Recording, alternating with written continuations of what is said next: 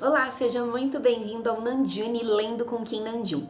Nesse quadro eu falo das minhas experiências de leitura lendo os livros da lista de curadoria do Kim Namjoon que já foram traduzidos para o português.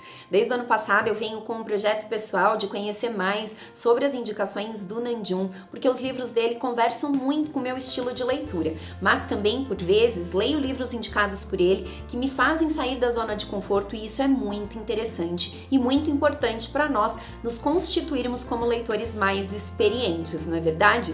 Eu comecei esse projeto e junto a ele o Namjoon Experiências Literárias, que se você não conhece, são kits inspirados na curadoria do Namjoon, que você pode receber aí na sua casa. Nós temos 4 opções de kit. E todos esses kits, eles acompanham ali uma imersão nos livros lidos pelo Kim Namjoon e na lista de livros dele. Se você quer saber um pouco mais sobre esse projeto, você pode entrar lá no meu Instagram, @encontro de leitores. Tem uma área nos destaques lá no começo do feed, só direcionada para esse projeto. Mas você também pode conhecer mais clicando nos links aqui, entrando nas lojinhas e vendo as opções de kit que você pode receber aí na sua casa e montar junto comigo, porque você pode selecionar os livros que você vai receber. E pra gente conversar um pouco mais, hoje eu vou contar a minha experiência de leitura com um dos livros lidos pelo Kim Namjoon, mas que tem várias versões, várias edições diferentes, então não sei se eu estou com a mesma edição que a dele, mas não tem problema porque é um clássico da literatura mundial.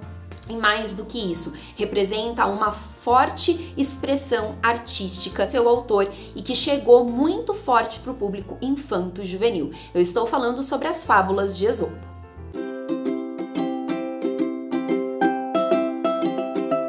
As Fábulas de Esopo, elas foram creditadas a Esopo, que era um escravo e contador de histórias da Grécia Antiga. É uma coleção de textos que a gente vai ver aí em diversos livros, com várias releituras inclusive. As fábulas, elas se tornaram, um termo genérico para coleções onde a gente vai ver animais personificados e sempre também trazendo ali uma moral ao final dos seus textos. Então são textos bastante importantes para a nossa literatura mundial, que eu tenho certeza que em algum momento da sua vida você já deve ter lido ou ouvido alguma das fábulas creditadas ao Esopo. Para falar um pouquinho mais sobre esse livro, eu trouxe a minha edição, que é essa edição aqui, Fábulas de Esopo, da antiga Kozak Naif. Infelizmente, esse livro não é mais editado nessa estrutura, nesse modelo de edição. E aqui a gente vai ter as fábulas completas, Para mim, é uma das melhores edições pensando em fábulas. Como eu estudo literatura infantil e juvenil, Sou mestre nisso, eu gosto bastante de analisar as diferentes edições e essa é a minha favorita. Mas a gente vai ter outras também, inclusive pro kit eu mando a que eu considero a mais adequada aí dentro das releituras das Fábulas do Esopo.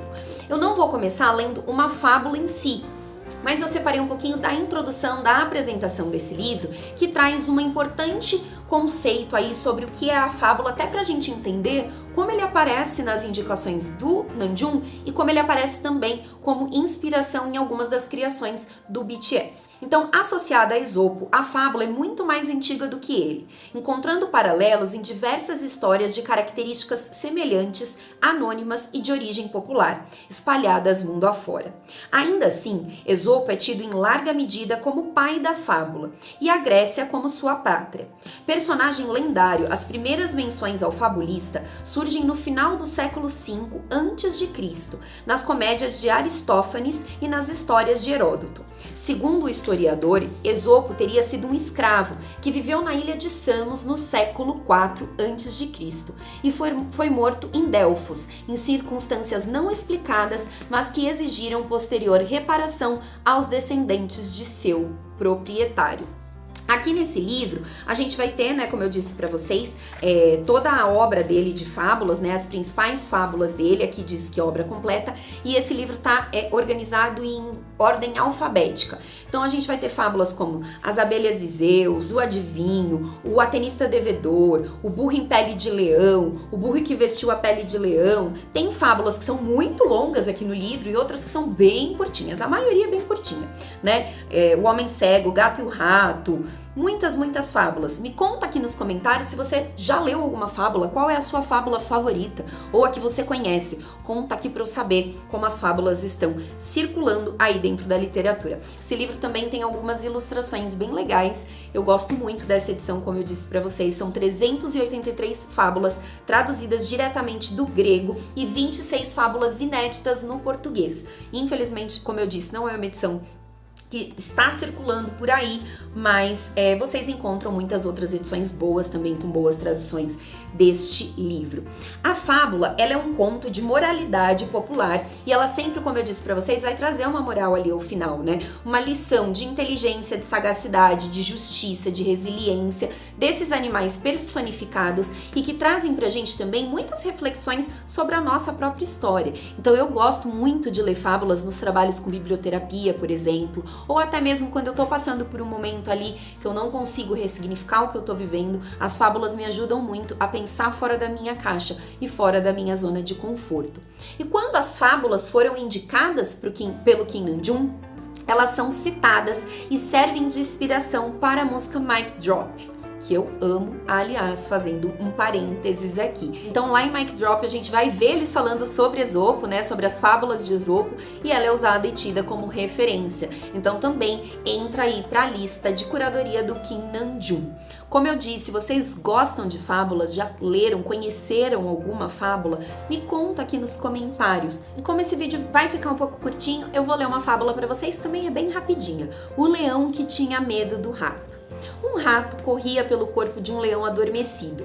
Então ele despertou e começou a contorcer-se em todas as direções, tentando encontrar quem o estava afrontando. Nisso, uma raposa o viu e começou a insultá-lo, pois ele, que era um leão, tinha medo de um rato.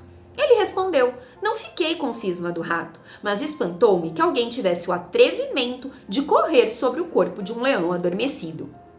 E aí aqui tem, né, um trechinho falando sobre o que mostra essa fábula. A fábula mostra que os homens sensatos não desdenham nem mesmo das coisas modestas. Então seria essa a moral desta fábula que eu compartilhei aqui com vocês.